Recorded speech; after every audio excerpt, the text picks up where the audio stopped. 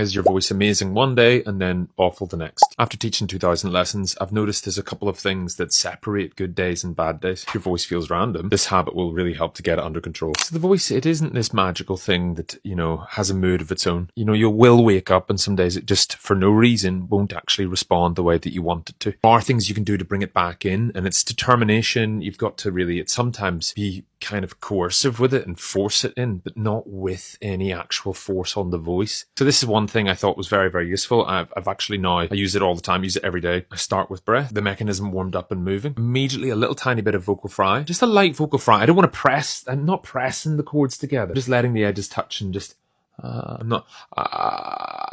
find that encourages me personally, the chords just to maybe get a little bit too tight, and then it starts the wrong sort of process going. It starts a bad habit for me. It's far too easy for me to put in too much effort into my voice. A little bit of SOVT, and I know you've seen this, but there's a good way to do it and there's a bad way to do it. And in this way, we have to make sure we're not going,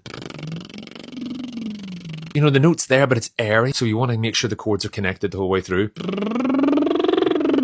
I'm making sure my tongue is at the front of the mouth, that it's not pulling all the way back. Sometimes if your voice is feeling a little tight, you can check in by doing a bit of a chew while you do it. I like to use this here with my fingers, and I go, and by just chewing that little bit, it releases a lot of this jaw tension. Do that every day. But the habit that's most important is checking in. It's listening to the voice and seeing, do I need more fry? And if it's a little airy and it's not really connected, a little bit more of the then go back, do some more SOVT. If it's still happening, maybe go back to the breath, check, massage things a little bit, then go back to a little bit of vocal fry. Sometimes if I give myself an extra minute of it, which a minute is a long time, actually a lot of the time I'm like, I just didn't do it enough. A lot of the time your voice isn't warming up. It's because it just needs more time. And sometimes I think doubling the amount of time, that really works for me. Make sure it's connected, make sure the breath is working, make sure the SOVT isn't airy.